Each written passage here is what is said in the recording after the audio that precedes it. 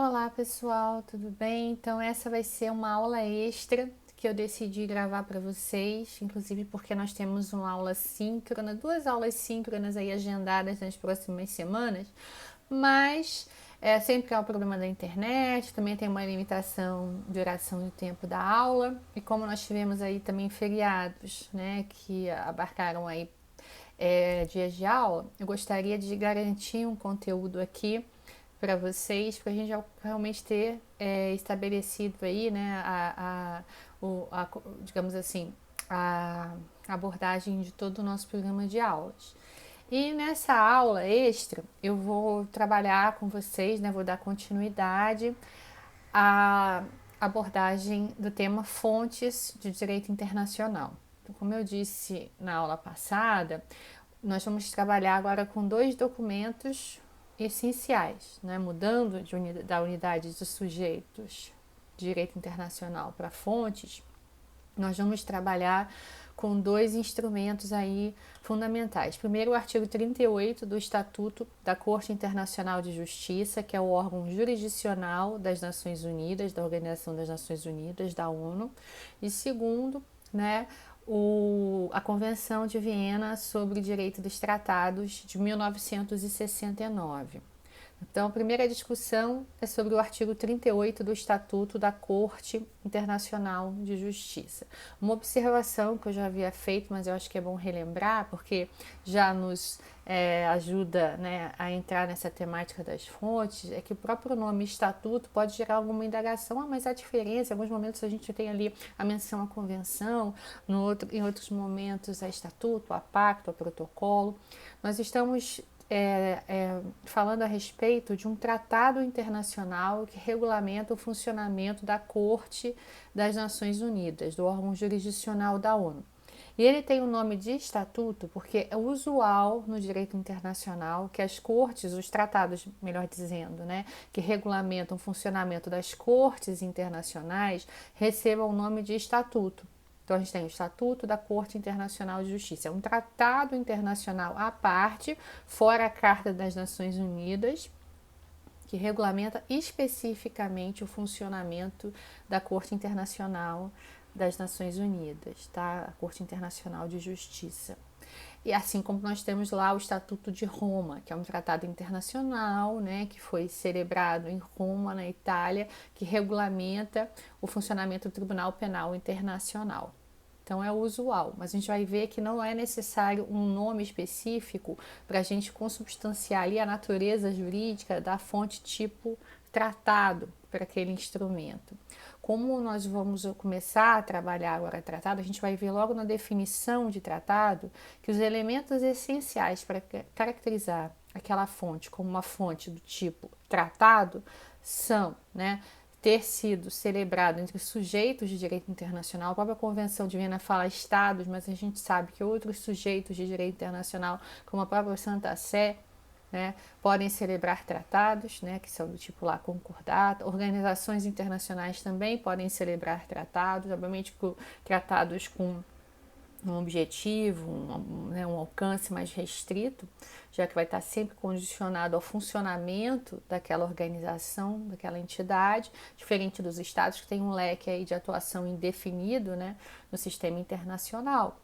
Então, tem que ser celebrado entre sujeitos de direito internacional, pode ser em dois mais idiomas, né, enfim, diferentes idiomas, porque como a gente pode estar falando de um tratado multilateral, obviamente que há, né, idiomas distintos ali compartilhados, e vocês podem escolher um idioma padrão, assim como um idioma para desempate aí no processo de interpretação de quesitos, disposições relativas àquele tratado.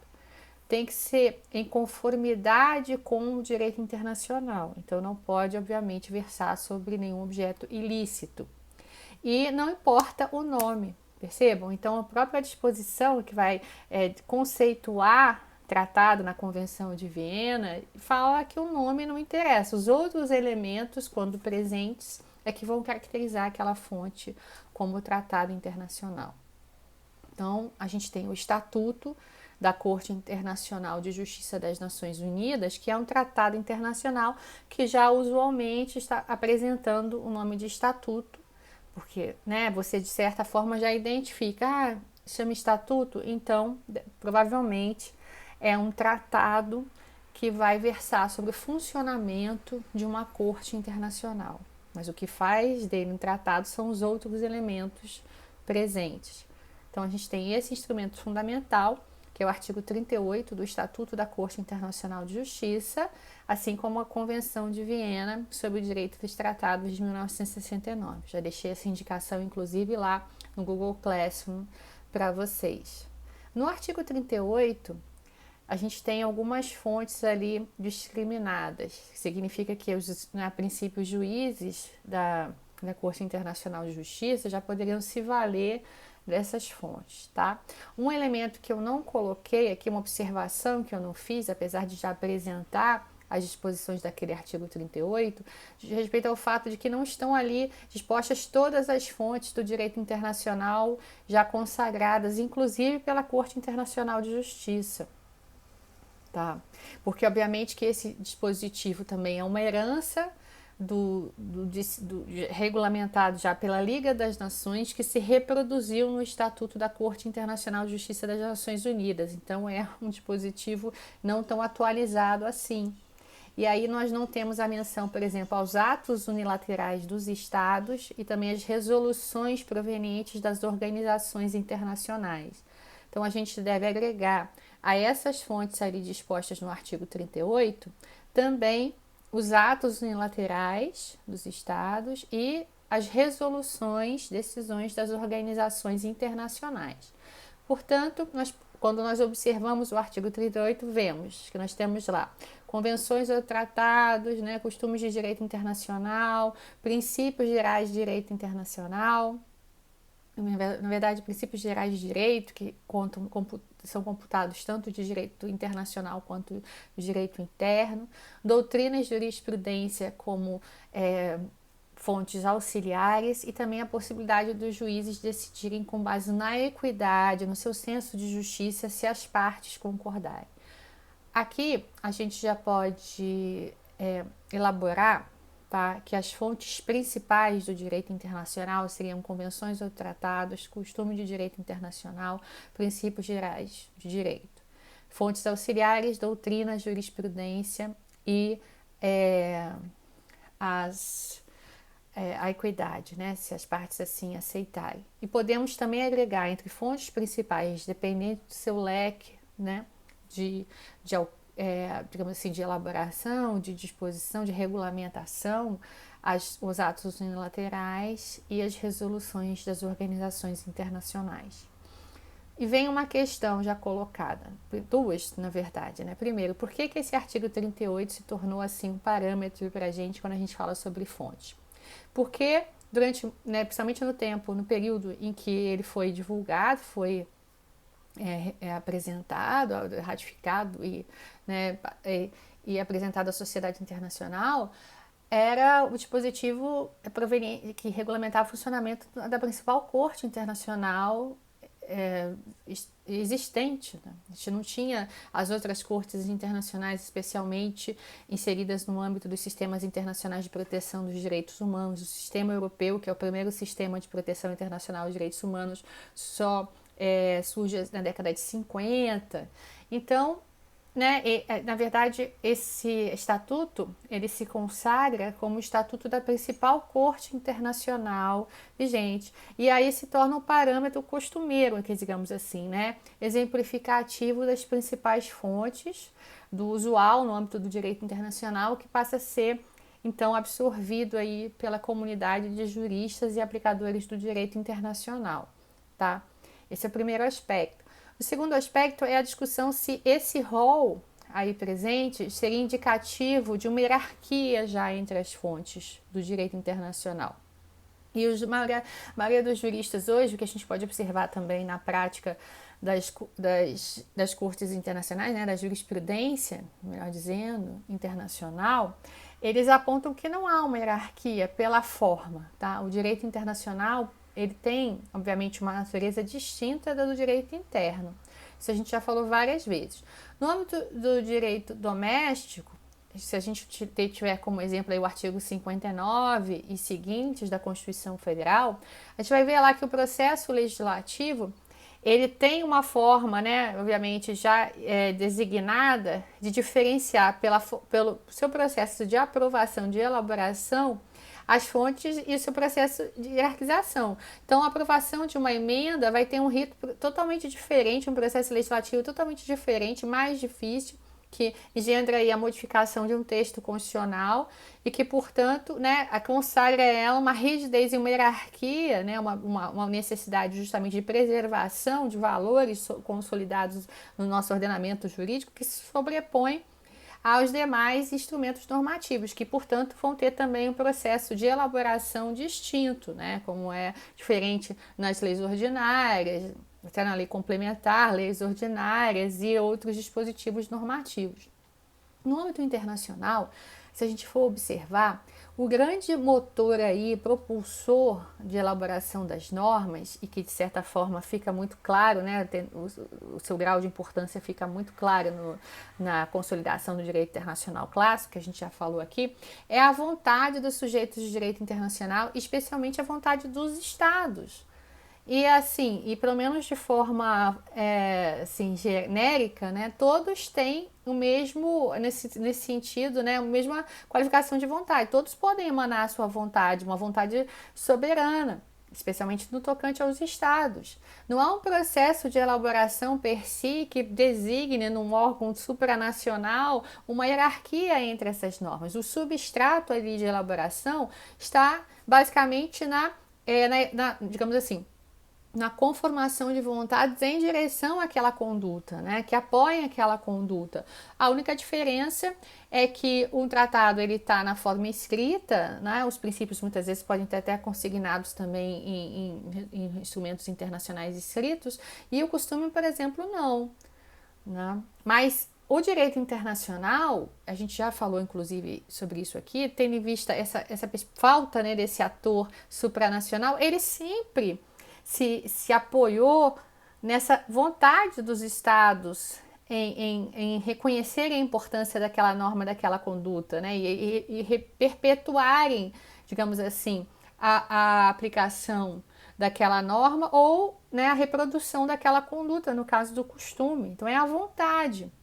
Então, não é um aspecto formal per si que vai estabelecer claramente, absolutamente, hierarquia entre as normas do direito internacional. Então, isso é muito importante. Então, esse rol ali apresentado pelo Estatuto da Corte Internacional de Justiça não necessariamente aponta para uma hierarquia entre as fontes.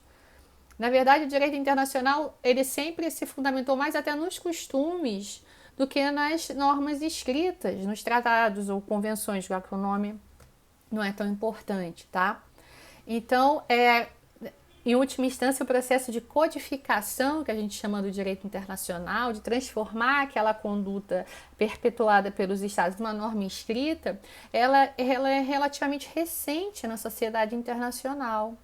Então, claro que na medida em que as relações internacionais ficam mais complexas, né, que a gente passa do direito internacional clássico de uma sociedade mais homogênea, reduzida, para um direito internacional contemporâneo, para uma diversidade de atores, uma complexidade de assuntos também, uma cooperação internacional que se torna aí muito mais, que abarca muito mais, um número muito maior de assuntos, de aspectos e traz uma complexidade fenomenal, a gente tem aí uma escolha cada vez maior dos estados pelos tratados internacionais, pelas normas escritas. Qual é a grande vantagem? Uma certa segurança jurídica que eles apresentam. Você provar que que o que está regulamentando, que deve regulamentar aquela relação entre os atores e o tratado é mais fácil se os atores estão ali, né, ratificaram, tem a prova escrita de que aquele Estado se comprometeu com aquela conduta. Você sempre provar um costume é mais difícil, não, né, mais difícil. Porque você tem que dizer que naquela situação específica, o que é esperado à luz das condutas no âmbito internacional, né, do costume internacional, seria a reprodução daquele ato. E aí tem uma subjetividade intrínseca, né, maior. Mas isso não, às vezes, por exemplo, no âmbito internacional em relação ao direito marítimo, o costume internacional, ele hoje é muito mais, assim, ainda até hoje é mais aplicado do que tratados internacionais. E dependendo também da questão, né, e do seu reconhecimento como norma estrutural aí, como valor estrutural da sociedade internacional, você tem que o costume internacional, ele orientou o comportamento dos sujeitos até há pouco tempo. Se a gente falou, por exemplo, do embrião, né, das relações diplomáticas lá no filme Gladiador, já se reconhecendo a necessidade de uma certa imunidade, né, para aquele representante da outra comunidade internacional, para que eu pudesse haver a condução de relações entre os estados, isso já como um elemento importante que vai ser, né, obviamente, que melhor elaborado, vai se tornar mais complexo no arcabouço aí do direito diplomático, mas que é ali, tá, na gênese, na origem do direito diplomático. Mas esse próprio direito diplomático, ele se manteve como direito costumeiro até o século, depois da metade do século XX. E a maioria dos estados se comportavam da mesma forma, respeitando essas diretrizes, independente de haver ou não um tratado internacional. As convenções de Viena sobre direito diplomático consular datam aí da década de 60, 61, 63. 1961, 63. Então, e apesar da gente ter registros disso na antiguidade. Percebem? Então, o direito internacional, como a grande força matriz é a vontade, o costume é uma fonte claramente satisfatória, porque ela se fundamenta na vontade, né? Os estados querem dessa forma, não há nenhuma autoridade, e aí até essa dificuldade intrínseca à natureza do direito internacional, né? Uma autoridade supranacional que se imponha aos entes estados-cêntricos, então eles normalmente agem da forma como, né, é concertada ali reiteradamente no âmbito da sociedade internacional. Só que, num determinado momento histórico, com a complexização dessas relações, eles decidiram garantir que as suas disposições estivessem sempre por escrito, porque o seu, digamos assim, a atividade probatória, inegavelmente, é mais fácil. Tá? Mas então o que a gente tem é que entre essas fontes, tá? Tratados ou convenções, costumes e princípios, não necessariamente, ou resoluções das organizações internacionais e atos unilaterais, não vai ter necessariamente uma hierarquia em razão da forma. Tá? Não se estabelece ali claramente uma hierarquia. Existe uma hierarquia entre essas fontes principais e as fontes auxiliares, doutrina, jurisprudência e a equidade. Agora, uma coisa importante, então, que vai estabelecer a prevalência de uma norma sobre outra. Ainda é a amplitude ali de vontades, ou, né, o número de vontades que se agregam em direção àquela norma. Então, se aquela norma apresenta a reunião de maior vontade, mais sujeitos de direito internacional concordam em agir daquela maneira, ela prevalece sobre as demais. Então, usar aqui como exemplo, né, a Declaração Universal de Direitos Humanos de 1948, apesar de ser uma resolução das Nações Unidas, hoje também ela é reconhecida pela sociedade internacional, pela própria Corte Internacional das Nações Unidas como um costume de direito internacional geral, quer dizer, um costume, né, aquele conteúdo estabelecido na Declaração Universal, é um conteúdo que estabelece um núcleo fundamental de conduta em matéria de direitos humanos para toda a comunidade internacional.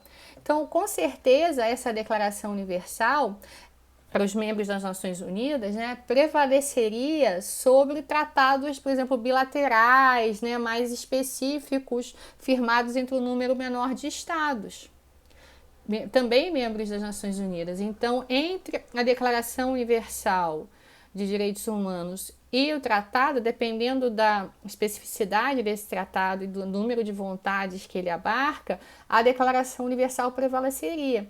Então, esses estados, por exemplo, 3 estados aí da América Latina, todos membros das Nações Unidas, não poderiam celebrar um tratado com um conteúdo contrário à Declaração Universal de Direitos Humanos de 1948, tá? Então, já estou deixando esse exemplo. Bom, então nós vamos começar a análise das fontes, tá? Claro que a gente tem um pouco mais a falar seria sobre os tratados internacionais, que a gente chama no direito internacional da aula sobre o direito dos tratados. O que a gente tem que, né, até pelo tempo que nós temos, o que a gente tem que saber sobre os princípios e costumes é que os princípios têm as suas, né, uma disposição fundamental, né? Você tem vários princípios no âmbito internacional, mas a gente tem uma resolução, a resolução 2525 das Nações Unidas, a Assembleia Geral da ONU, então seria 2525, né, que seria fundamental, que ali estabelece os principais princípios, sendo redundantes, do direito internacional, tá? Como da não intervenção, da autodeterminação, da dirimissão pacífica dos conflitos, ou solução pacífica das controvérsias, inclusive muitos que estão previstos no nosso texto constitucional. E eles também têm essa mesma função, não é, que a gente observa no direito interno, de orientar determinadas decisões e arcabouços jurídicos normativos, inclusive escritos, né, na elaboração das próprias fontes. E podem ser princípios tão abrangentes que, como, por exemplo, se coloca a solução pacífica das controvérsias, né, ou da autodeterminação, da não intervenção, que se sobrepõem até a tratados internacionais celebrados entre os estados que possam, né, de certa forma, se indispor com relação a essa expressão de valores basilares da sociedade internacional. Então, os princípios, assim como os costumes, podem se sobrepor até a determinadas regras escritas no âmbito internacional e são enunciados que estabelecem valores gerais que devem nortear, inclusive, a produção de normas escritas e outras regras de conduta no âmbito internacional. Com relação ao costume, a gente também vê uma proximidade muito grande na sua definição com essa, né, concepção que se observa no direito doméstico, ou seja, o costume ele é aquela regra de conduta, né, aquela conduta tida como necessária em determinado momento pelos sujeitos de direito internacional. Então, também é diferente dos usos. O uso é usual, mas não é obrigatório. As pessoas, né, digamos, os atores agem daquela forma que a consideram mais confortável, adequada, mas não existe um senso de obrigatoriedade. Então, também na concepção do costume no âmbito internacional, há esse duplo elemento, né? Essa conjugação de elementos. Um elemento objetivo, que é a regra de conduta em si, e o subjetivo, que é a crença na exigibilidade daquela conduta. Não estão agindo daquela forma porque é usual, mas sim porque acreditam que assim seja necessário, inclusive vai ser cobrado deles aquela conduta até em organismos jurisdicionais, tá? Em órgãos jurisdicionais. Então, aquela crença na obrigatoriedade daquela conduta. E o costume, assim como o princípio, podem ser mais gerais que as normas escritas e podem, dependendo da situação, até revogar essas normas escritas, como eu falei.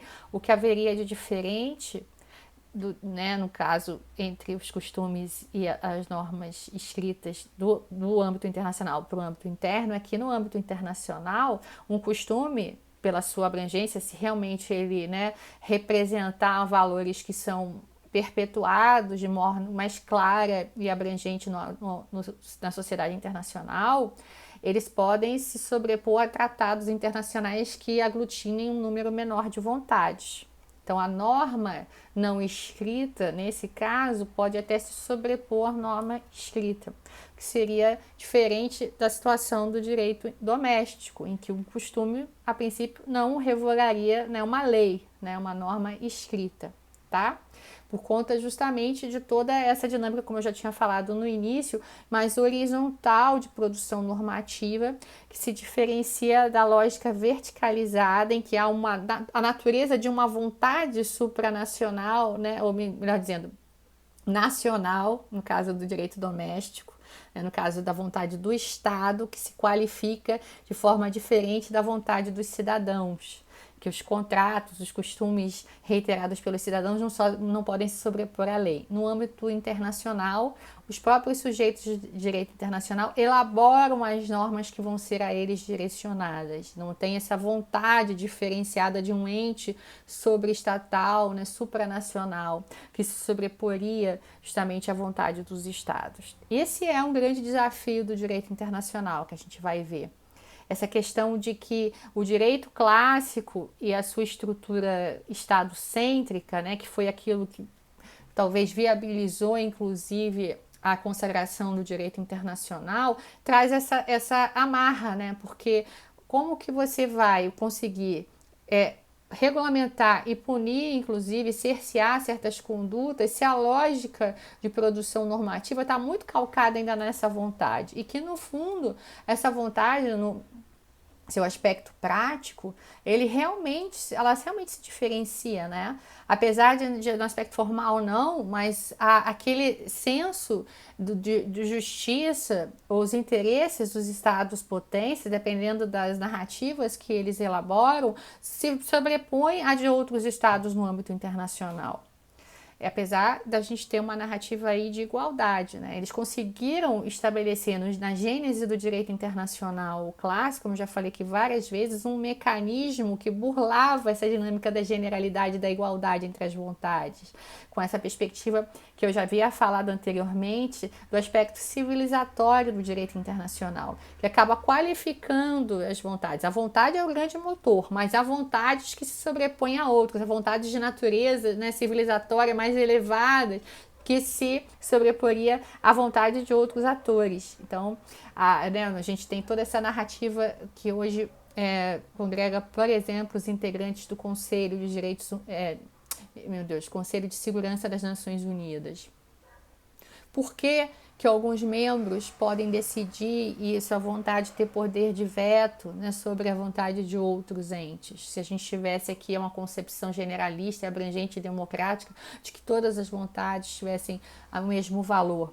A gente vê que na prática, em algumas situações de limite em que as potências querem garantir a sua influência no sistema internacional, é importante sim estabelecer algum tipo de mecanismo que qualifique, que estabeleça uma dinâmica de qualificação da manifestação dessas vontades, né? Que faça com que eles produzam as normas de acordo com seus próprios interesses e diretrizes e práticas jurídicas, né, concepções jurídicas que venham a servir, inclusive, como parâmetro civilizatório para todos os outros atores no sistema internacional.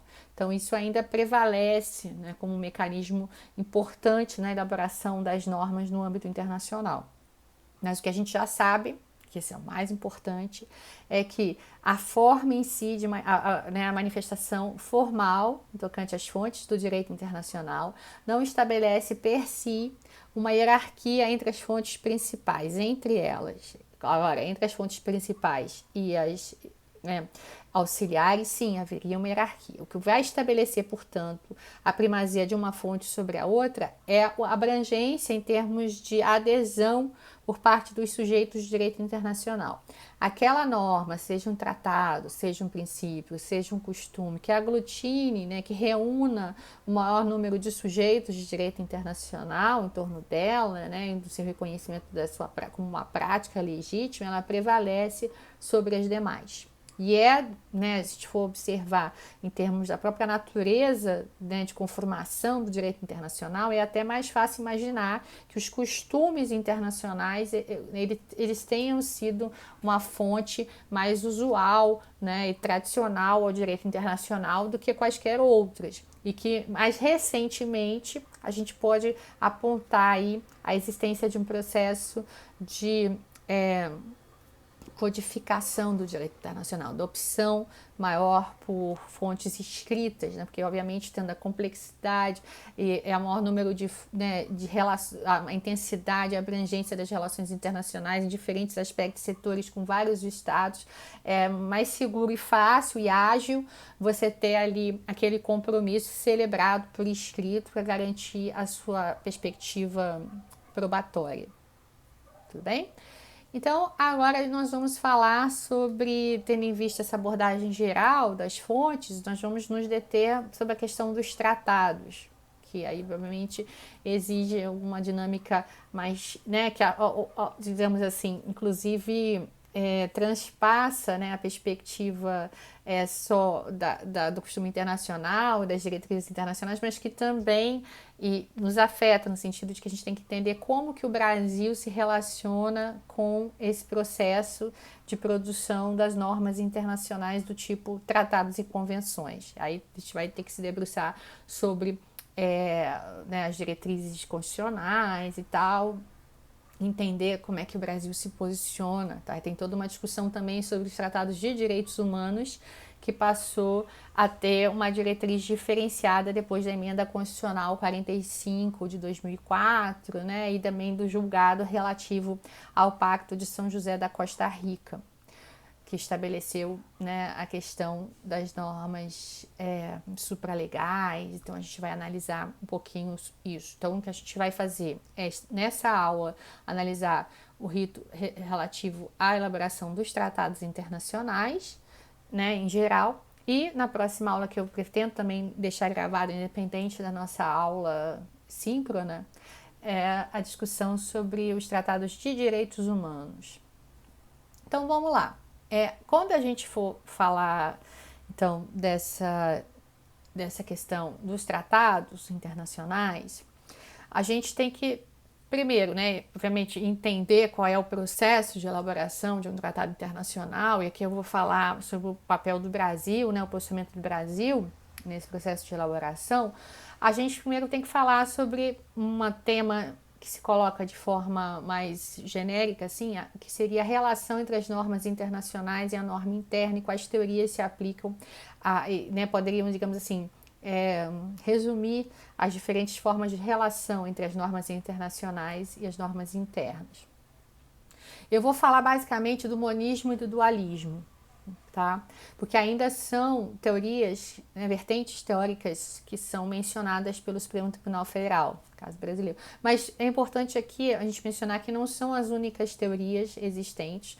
Elas não abarcam toda a complexidade possível das relações entre normas internacionais e normas internas, e nem elas vão satisfazer efetivamente, né, digamos assim, a necessidade de melhor, né, descrever e estabelecer a relação entre as normas internacionais e normas internas. Mas o nosso próprio Supremo Tribunal ainda faz referência a essas normas e qualifica o Brasil faz referência a essas teorias e qualifica o Brasil no âmbito dessas teorias.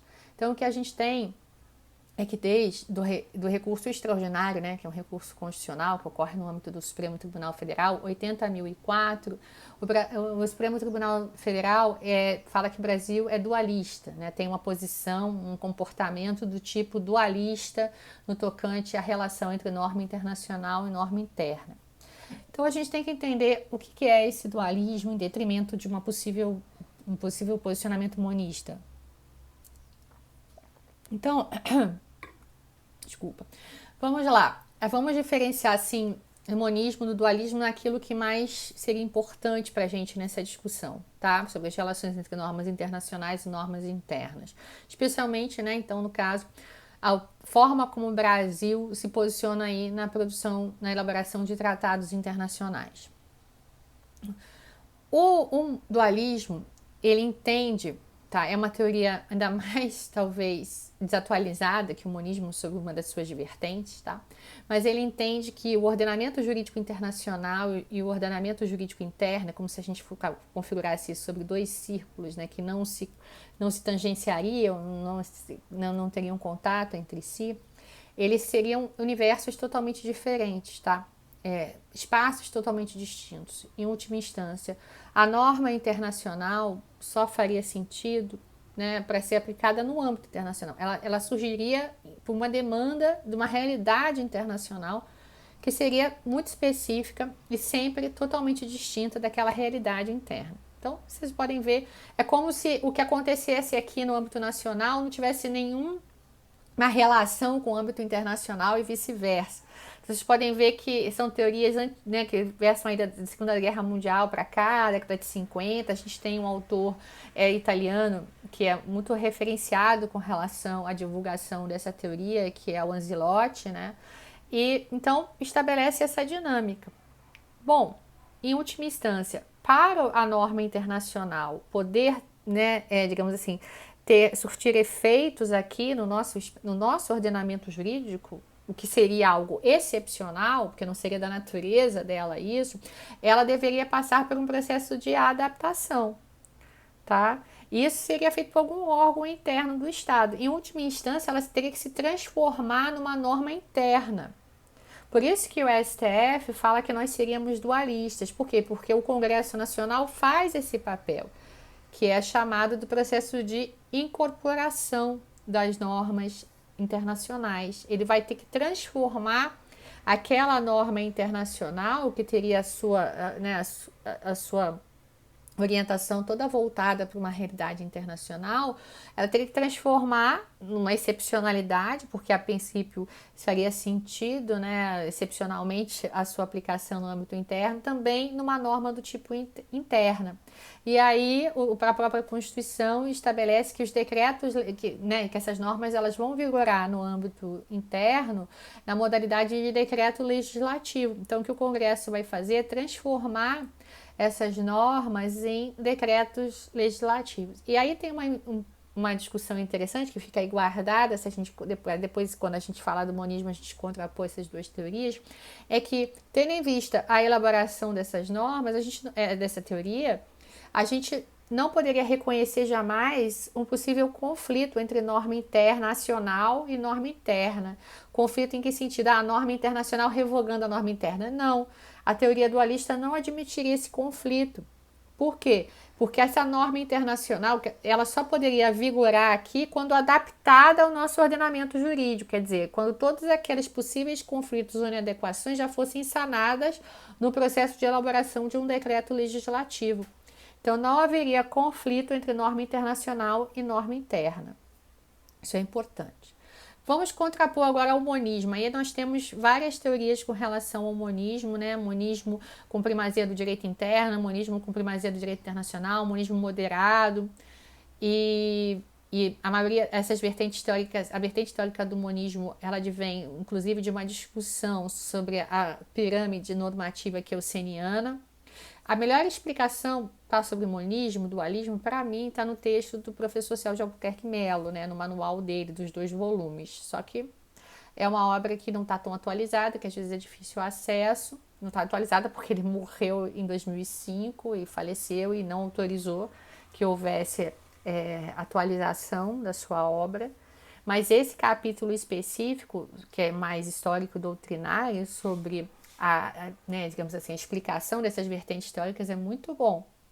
E aí ele justamente vai dizer, né, que o monismo já seria ser oposto do dualismo, né? O próprio nome diz monismo, quer dizer, que a gente poderia configurar um círculo só que estaria ali em relação à norma internacional e à norma interna, ou que seja, ambas teriam a mesma natureza jurídica, que advém lá da estrutura da teoria kelseniana, que diz que a Grand Norm, né, a norma fundamental, seria uma só, né, está dentro do espectro epistemológico de surgimento do direito, então teria a mesma natureza jurídica.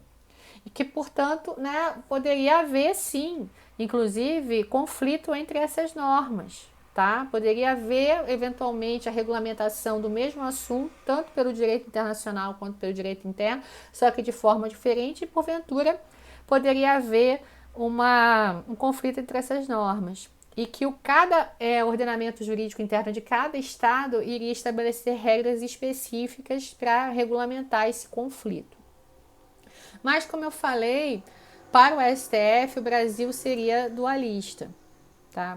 Em última instância, né, você tem todo o processo internacional de elaboração dessa norma, essa norma vem para o nosso ordenamento jurídico, né, passa, no ordenamento jurídico não, né, ainda não, mas vem para o Congresso Nacional, processo legislativo, é regulamentada no decreto legislativo, e só depois da ratificação, né, e promulgação, ela passa a regulamentar, né, a vigorar no âmbito doméstico. E aí vem a discussão, mas então, digamos, uma norma proveniente de um tratado internacional, que agora é um decreto legislativo, não poderia revogar uma lei ordinária federal se ela regulamentasse o mesmo assunto de forma diferente, ou por depois daquele tratado já em vigor, né, sob a forma de um decreto legislativo, veio uma lei ordinária federal regulamentando porventura a mesma matéria, só que de forma diferente. Poderia revogar? Pode revogar. A gente aplicaria sim o artigo 2º da Lei de Introdução ao Código Civil. Mas eu acabei de falar que o dualismo não admite conflito, né, entre norma internacional e norma interna. Como que nós somos então dualistas, segundo o STF?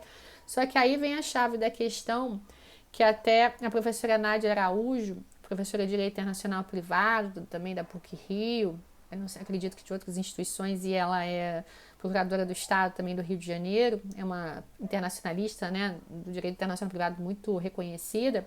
Ela tem um artigo já não tão recente na revista da Procuradoria do Estado, em que ela organiza, né, essa argumentação do STF, e ela fala o seguinte: a questão é como é que a gente continua se mantendo aí dentro, né, da esfera, do espectro da vertente teórica dualista. É que quando aquela norma é aprovada sobre a modalidade de decreto legislativo, é como se ela deixasse de ser uma norma internacional, entendeu? Já que ela passou por esse processo de incorporação, ela né, recebeu essa roupagem de lei interna. Então, ela deixa de ser uma norma internacional. E se isso, porventura, houver um conflito entre ela e qualquer outra norma interna, vai ser o conflito entre duas normas internas. Então, enquanto aquela norma está passando pelo Congresso Nacional, ela não tem vigência, ela não existe ainda enquanto norma presente no nosso ordenamento jurídico, ela não tem validade. Então, depois que ela adquirir essa validade com a promulgação e ela, né, for um decreto legislativo, mesmo que ela se contraponha a uma norma pré-existente ou depois vier a ser revogada por uma outra, esse conflito que porventura venha a se instaurar vai ser um conflito entre normas de direito interno. Então, para o STF, né, e dentro dessa vertente dualista, quando essa norma internacional passa pelo crivo do Congresso Nacional, ela recebe essa roupagem de norma interna, ela deixa de ser uma norma internacional, entendeu? Não existe conflito, então, entre norma internacional e norma interna. Por quê? Porque a norma internacional em si, ela não tem vigência no ordenamento jurídico brasileiro. Quando aquela norma proveniente do tratado passa a ter vigência, ela já não é mais uma norma internacional. Ela é uma norma interna, um decreto legislativo e tal. Tá bom? Isso é muito importante, até para depois a gente discutir aí os diferentes posicionamentos com relação aos tratados de direitos humanos e a interpretação do artigo 5º, parágrafo 2º, 3º, 4º da Constituição Federal Brasileira. Tá bom? Então, isso é muito importante. Então, o que acontece? Para a gente entender a formulação, né, de um tratado internacional, a elaboração à luz do posicionamento brasileiro, a gente tem que entender que vai haver um momento internacional. Eu vou deixar depois os slides aí para vocês se guiarem também, tá? Essa semana eu vou deixar né, alguns tópicos específicos que sistematizem um pouco, que organizem, né, esse pensamento. Mas o que a gente observa, assim, que são 3 grandes fases, né? Na verdade, 4, que a gente poderia até colocar. Uma fase internacional, de elaboração desse tratado no âmbito internacional. Isso, né, segundo, assim, o processo brasileiro, né, a forma como o Brasil se relaciona com essas normas internacionais. Teria que haver todas essas fases, porque nós somos supostamente, então, dualistas. Então, a gente tem esse processo de elaboração dessa norma no âmbito internacional, aí o processo de incorporação no Congresso Nacional, volta para o âmbito internacional, porque a gente vai entender, vai aqui sinalizar como uma ratificação, que o Brasil confirma a sua vontade, né, de se vincular àquela norma. Aí essa norma passa a ter, gerar uma responsabilidade jurídica internacional, e aí tem que voltar para o âmbito interno para a sua promulgação e a sua vigência doméstica, né? Então, o internacional, interno, volta para o internacional e interno, tá? Então, essas 4 grandes fases. E a gente vai analisar isso a partir de agora, tá? vou seguir aqui um pouco o slide que eu preparei para vocês. Então, nós temos agora que ter em mente, não apenas, obviamente, a gente falou na forma, quando a gente estava falando em geral de fontes, né, a gente falou lá do artigo 38 do Estatuto da Corte Internacional de Justiça. Agora a gente vai se valer muito da Convenção de Viena sobre o Direito dos Tratados, que vocês têm que seguir aí. Mas uma observação também importante, e que eu já tinha apontado para ela em outros vídeos, né, outras aulas, era o seguinte: na elaboração, né, digamos assim, no desempenho aí dos diferentes funções do Estado, no processo de relação com a norma internacional e na condução mesmo das relações internacionais, a gente vai ver que a primazia, a prevalência da condução dessas relações internacionais sempre é da função executiva, né? Poder executivo, ou mais adequadamente hoje em dia se fala função executiva.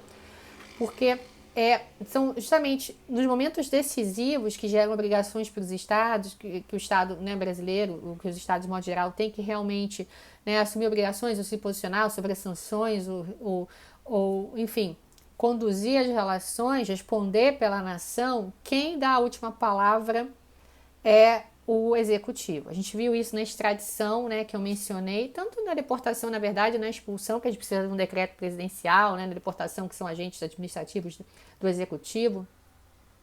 A gente, cada vez mais, né, com essa nova lei de imigração, para evitar atitudes arbitrárias, a gente tem o papel aí da Defensoria Pública da União, né, tentando garantir prerrogativas para os cidadãos, mas a gente não tem mais a prisão administrativa, no caso da deportação, que sem mandado judicial, né, o executivo podia até estabelecer a prisão na época, o estrangeiro, né, à luz da Lei 6.815 de 80, o Estatuto do Estrangeiro, isso acabou, mas a gente ainda tem uma primazia do Poder Executivo, porque mesmo que no caso lá da extradição, como a gente viu, o STF julga, pode extraditar, tá aqui apropriado, né, digamos, não há nenhum empecilho, né, de acordo com tudo que a gente analisou, e pode sim, é possível a extradição, mas a última palavra é do chefe do Executivo. Então, isso também vai estar presente aqui no processo de, né, vinculação do Brasil a uma norma internacional e o processo de incorporação e todas essas fases de aprovação do tratado. As ações decisivas, os momentos decisivos que gerem realmente vinculação do Brasil à norma, que ele vai responder por ela, são momentos que têm protagonismo da função executiva. Tá? Isso é um costume atinente às relações internacionais, que está expresso na própria Convenção de Viena sobre o Direito dos Tratados. Então, vamos lá, como é que isso acontece? Vamos passar para o plano internacional. Então, eu vou aqui presumir que o Brasil está participando do processo todo do tratado inaugural, né?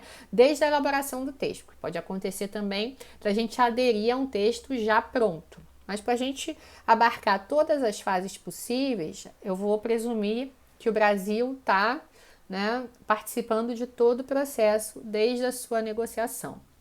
Então, quem pode negociar o tratado? E aí, importante, então, o artigo 7º lá da Convenção de Viena sobre o Direito dos Tratados, que eu já mencionei. Que são os agentes plenipotenciários, são os agentes que têm plenos poderes para poder responder pelo Estado nesse processo, seja de negociação, seja de adesão, seja de ratificação do texto, os quais eu vou diferenciar, né? Fazer também reservas, né? Emendas, propor emendas ao texto, vou falar um pouco de tudo isso, mas em última instância é importante a gente entender que quem tem esse reconhecimento, essa legitimidade já com base no direito internacional e que está consagrada também no artigo 7º da Convenção de Viena, são os agentes do Executivo. Se a gente for olhar, é o quê? Né? Que são aqueles que são em razão só do exercício da função, né, que obviamente ocupam lá no âmbito nacional, já tem essa prerrogativa per si, né, pela natureza da função. Seriam os agentes plenipotenciários natos, aqueles com plenos poderes já só em razão da função que desempenham. Então você tem o chefe de governo, né, o de Estado, porque pode ser aí, né, um presidencialismo, um parlamentarismo, não é isso? O ministro das Relações Exteriores, of Foreign Affairs, que já seria justamente, né, esse âmbito aí do executivo voltado para as relações internacionais, o chefe da missão diplomática no país com o qual o país está negociando o tratado, então o representante aí do diplomático, que é uma função do executivo no país com o qual o outro país está negociando o tratado, o chefe da missão diplomática, né, com o qual, no âmbito da qual, né, desculpa, da missão diplomática da organização internacional, no âmbito da qual o país está negociando. Então, se o Brasil está negociando um tratado que está sendo, né, digamos assim, sediado no âmbito das Nações Unidas, a representação do Brasil nas Nações Unidas que é o agente plenipotenciário nato. Ele não precisa de uma procuração do chefe do executivo para aprovar. Ele só precisa comprovar o exercício da função que ele ocupa. Percebe? Então, esses são os agentes plenipotenciários natos. Eles que estão predispostos, de acordo com todo o costume internacional que veio a ser consagrado na Convenção de Viena também sobre o direito dos tratados, a assumir esses compromissos pelo país no âmbito internacional. Isso quer dizer, então, que lá, o secretário de Agricultura qualquer não pode negociar um tratado, um OMC, sobre a questão de exportação, de commodities? Não, pode. Só que ele vai precisar de uma carta de plenos poderes. Ou seja, uma procuração lá do chefe do executivo, né, atribuindo a ele essa capacidade, porque ele não é um agente plenipotenciário nato, conforme previsto no artigo 7º da Convenção de Viena sobre o Direito dos Tratados, entenderam? Então, esse agente plenipotenciário, ele vai negociar o texto, esse texto vai sofrer um processo de negociação lá na convenção preparatória, né, do tratado, e aí eles vão estar negociando o quê? O texto, né? Um texto final. Tem várias propostas, essas propostas ficam em votação. Normalmente, para adoção final do texto, a gente tem um quórum aí de 2/3, que é o usual, né? Previsto, principalmente em tratados multilaterais, porque no bilateral, né, tem que haver o consenso, né? Não tem jeito, né? Se eu aceito ou não aceito. Mas se for um tratado multilateral, normalmente o quórum é de 2/3, tá? Para se chegar à votação sempre final de... tem essa proposta aqui. A convenção, o comitê preparatório do tratado veio com essa proposta. Então, 2/3 da comissão, né, dos integrantes lá da comissão preparatória, né, de negociação, envolvidos no processo de negociação, tem que concordar, tá? Só que há casos em que os estados optam por um consenso, né? Digamos assim, a unanimidade, que é excepcional. Eu vou falar, até já falei que eu ia falar disso para usar como digamos assim, pretexto para abordar a Convenção de Montego Bay, a Convenção sobre Direito do Mar das Nações Unidas de 1982, tá? Então fique aí isso como uma observaçãozinha que a gente vai voltar a ela. Então, essa possibilidade ela é excepcional. Quando a matéria tem tanto dissenso, tanta possibilidade de não, digamos assim, de contraposição entre grandes potências e outros grupos, de talvez não ser seguido, né, se não houver realmente uma grande unanimidade, que há todo um esforço e um trabalho demorado, né, de construção desse consenso, muito lobby, né, das representações diplomáticas, num longo processo de negociação, para na hora da votação realmente se chegar a um texto que seja o mais aceito possível por todos os estados. Então, a Convenção de Montego Bay ela é uma exemplificação, né, um exemplo da necessidade, né, de se adotar essa unanimidade como quórum. Tá? A gente vai falar sobre isso. Pela especificidade da convenção, porque ela representava na nova ordem internacional, depois do processo de descolonização, que estava em jogo justamente, era a fruição dos recursos, especialmente marítimos, entre países subdesenvolvidos, né, e países desenvolvidos. Então, existe uma grande polarização, era no âmbito ainda do contexto da Guerra Fria. Então, se todos os estados não aceitassem, dificilmente haveria a adoção realmente na prática depois, né, da convenção. Então, eles optaram por construir esse consenso por mais 10 anos na elaboração do texto para se chegar a uma versão que recebesse a maior ratificação unânime, né, dos estados que estavam aí negociando. Mas, né, o que é usual no costume internacional de relações internacionais seria o quórum aí de 2/3, um quórum majoritário. Aí, aprovado o texto, como é que fica? A gente já se vincula ao tratado, tá? Alguns estados já podem, né? Há estados que são monistas, por exemplo, né, que não precisam passar por um processo de incorporação daquele texto, já podem se vincular ao texto com assinatura. O Brasil não, porque o Brasil é dualista, vai ter que passar pelo Congresso. Então, o chefe, lá, a representação do executivo, assina aquele texto se quiser, né? Mas assinando, a gente não está ainda vinculado ao tratado, né? A gente precisa ainda passar pelo Congresso Nacional para que realmente depois a gente opte por se vincular a esse tratado, porque nós somos então dualistas. Agora, uma questão importante: a assinatura, mesmo para aqueles estados dualistas, ela tem uma função importante, tá? Que é chamada de autenticação do texto. Apesar da gente não estar vinculado ao tratado em si, a gente está vinculado àquele texto, quer dizer, a segurança jurídica do texto. Significa que a gente se compromete a, assinando aquele texto, levar aquele texto para o Congresso Nacional e ser fiel às regras de emenda, né, ou de reservas daquele texto previstas no processo, né, do Comitê de Elaboração do Tratado. E qualquer modificação ali prevista vai ter que seguir essas regras e vai ser comunicada no âmbito internacional. Percebam? Porque imagina um tratado multilateral que fica anos ali no processo de negociação, assina e depois cada um, que é o estado que for dualista, modifica lá no Congresso Nacional o seu texto ao bel prazer. No final, você não vai ter uniformidade, não vai saber nem qual foi a natureza do compromisso realmente firmado por cada um dos estados, tá? Então, a gente quando esse processo de assinatura, ele gera uma obrigação com relação ao texto do tratado, a autenticação do texto. A gente se compromete a seguir as regras relacionadas à alteração, né, de alteração do texto já previstas no processo de negociação. Não podem ocorrer alterações aleatórias.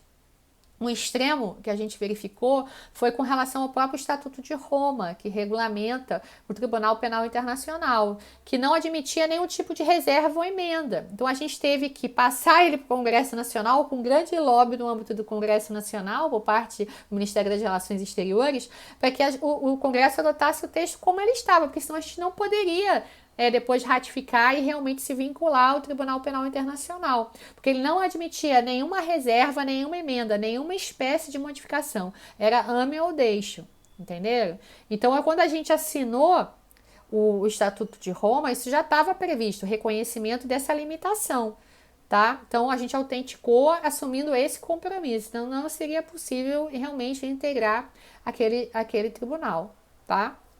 Bom, então autenticamos o texto e aí esse tratado vai para o Congresso Nacional, no nosso caso, né, que somos dualistas, e a gente tem então ele sendo remetido ao Congresso Nacional, né, pelo presidente da República, acompanhado também de uma carta, tá, do ministro das Relações Exteriores. Isso é um costume brasileiro, para justamente tentar ajudar ali o convencimento no Congresso da importância do Brasil se vincular àquele texto futuramente.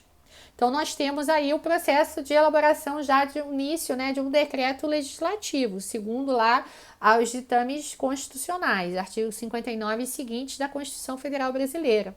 Qualquer documento internacional que venha, né, que tenha aplicações aí com relação ao patrimônio, venha, obviamente, a gerar obrigações hoje, convencimento geral, né, para o Brasil, tem que passar pelo Congresso Nacional e vai ser aprovado sob a modalidade de decreto legislativo.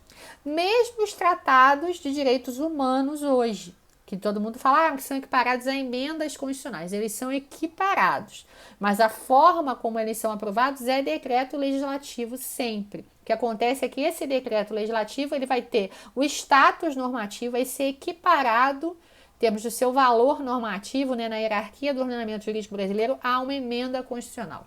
Mas a sua forma de apresentação e o rito, né, de aprovação, bom, no caso de emenda vai poder ser os 3/5, mas a sua forma de apresentação vai ser decreto legislativo, mesmo que ele tenha sido aprovado seguindo o quórum de emenda constitucional, tá? Esse decreto vai ser um decreto diferente, que vai ser aprovado seguindo o quórum de emenda constitucional, né, se vier ser um tratado de direitos humanos, mas que vai no final ser lá, né, aprovado com nomenclatura de decreto legislativo, só que ele vai ter o status de emenda constitucional porque ele foi aprovado seguindo o quórum de emenda constitucional, só no caso dos tratados de direitos humanos, que a gente vai abordar posteriormente, tá?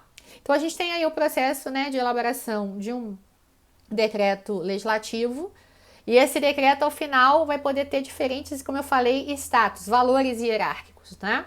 Se for um tratado de direitos humanos, isso aí, né, vocês podem, digamos, guardar, né, para o momento de elaboração final aí dos tratados de direitos humanos, vai ser numa outra aula. Mas se for um tratado de direitos humanos, vai poder ter o status de emenda constitucional, vai ser sempre aprovado, decreto legislativo, mas vai poder ter o valor hierárquico normativo de emenda constitucional ou supralegal, tá? E se for um tratado comum, ele vai ter valor mesmo de decreto legislativo, que é equiparado a uma lei ordinária e federal, tá? Tá no mesmo patamar hierárquico. Então, a gente vai produzir um decreto legislativo que vai poder, dependendo do tipo de tratado em questão, ter o status ou se tratando de tratado de direitos humanos, supralegal ou de emenda constitucional, e se for tratado comum, decreto legislativo, igual ao decreto mesmo, correspondendo igualmente ao de decreto, que é o mesmo numa lei ordinária, assim, federal, tá? Agora vem uma questão. Assim, aprovou aquele decreto, já gera obrigação? Já entrou em vigor? Não, entendeu? O processo de incorporação específico no âmbito do ordenamento jurídico interno brasileiro é diferente. Então, mesmo que aprovado ali, ainda não surte efeito nem no âmbito internacional, nem no âmbito interno. Por quê? Mais uma vez, como eu falei, a importância do executivo.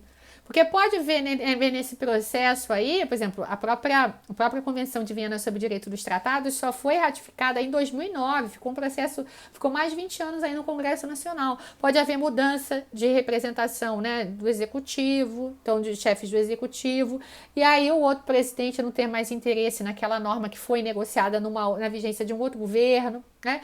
E ele fala, aprovou aí no Congresso, mas ficou. Eu não tenho interesse nesse instrumento normativo internacional. Então, vai ter que ser necessário que o executivo novamente dê continuidade ao processo. Por isso que eu falei, o plano internacional, plano nacional de incorporação, de transformação, de atribuição de uma roupagem de norma interna àquele instrumento internacional, já que somos dualistas. Aí voltamos para o âmbito internacional, tá?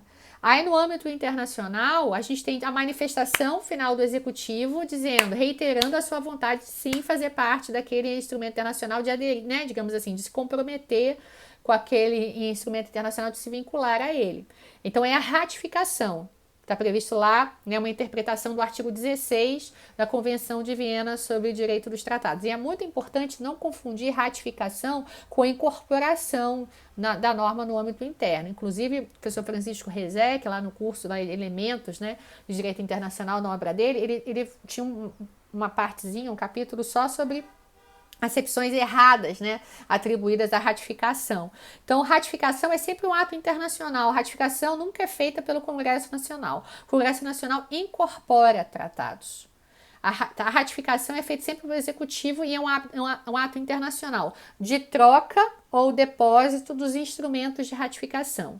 Ou seja, se for um tratado bilateral, cada Estado vai produzir o seu instrumento de ratificação e trocar entre si.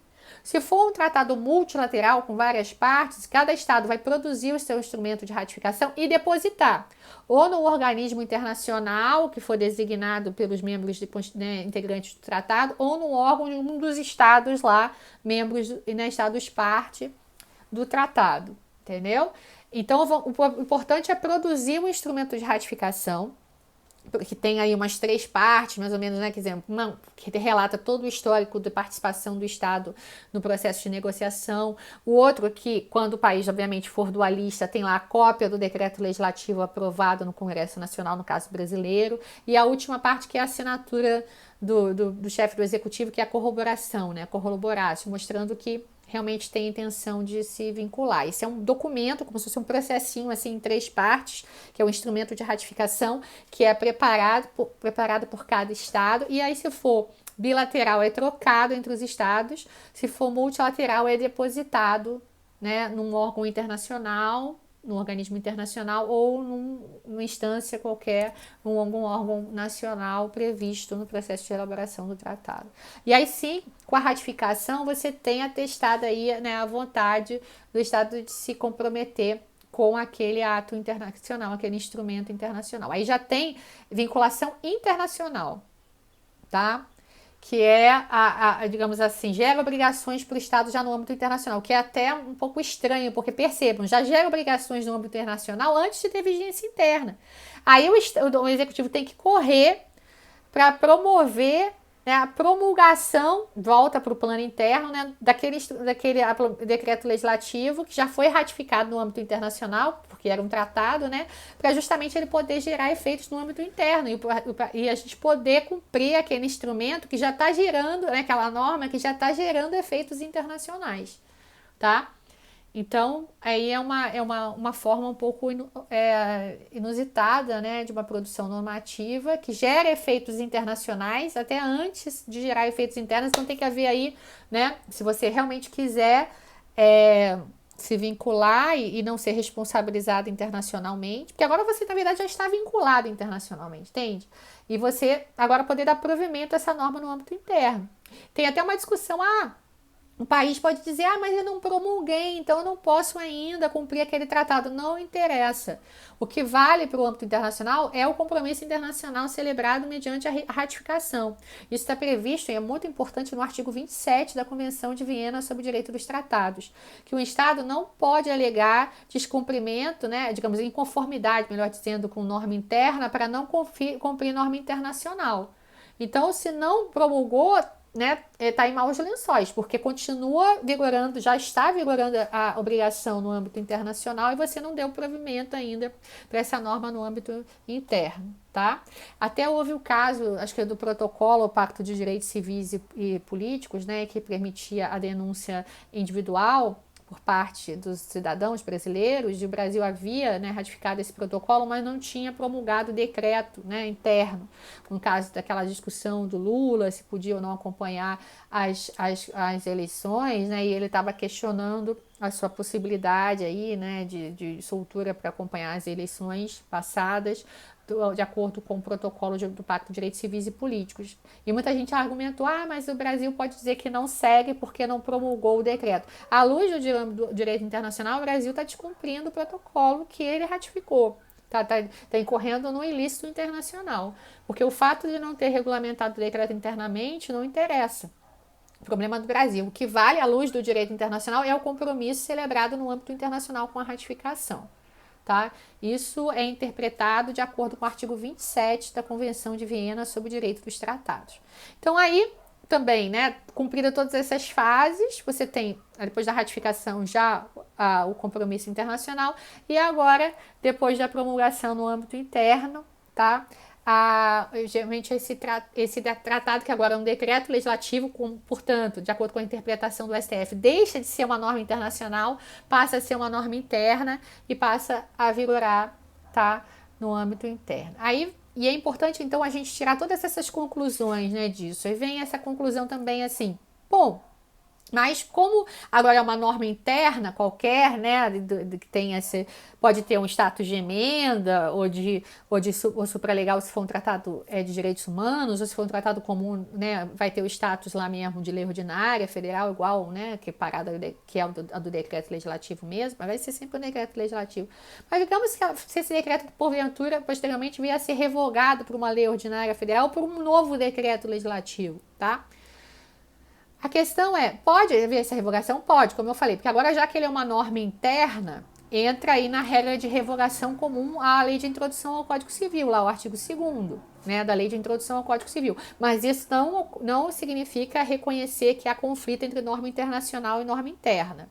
Tá? Porque agora esse decreto passa a ser uma norma interna também. Mas a questão é, havendo a revogação desse decreto proveniente do tratado, a gente automaticamente se desvincula do compromisso internacional celebrado? Não. É uma outra decorrência da interpretação do artigo 27 da Convenção de Viena sobre o Direito dos Tratados. Não. né? O que vale é o compromisso internacional. Então, obviamente que você não pode, talvez, né, digamos assim, realizar nenhum ato de conformidade com aquela norma do âmbito interno, porque ela não existe mais. Mas a sua responsabilidade internacional não acaba com a revogação no plano interno. Você tem que manifestar isso claramente no âmbito internacional usando os instrumentos internacionais existentes, que a gente vai ver que normalmente é a denúncia. Você tem que denunciar aquele tratado internacional que tem suas regras próprias. Tem tratado, de acordo com a regra geral lá da Convenção de Viena, que estabelece um prazo de 1 ano, como se fosse um aviso prévio, né? Você avisa que você não pode se vincular mais e só depois de 1 ano que você deixa de realmente estar obrigado. Percebam? Então tem essa autonomia entre o comportamento internacional e o comportamento interno, tá? Então, a gente vai parar por aqui, né? Tem mais ou menos esse momento aí, né, de uma exposição geral sobre tratados, e vamos voltar ainda à complementação dessa aula posteriormente com a discussão sobre tratados de direitos humanos, ok? Beijos aí, abraços a todos e todas.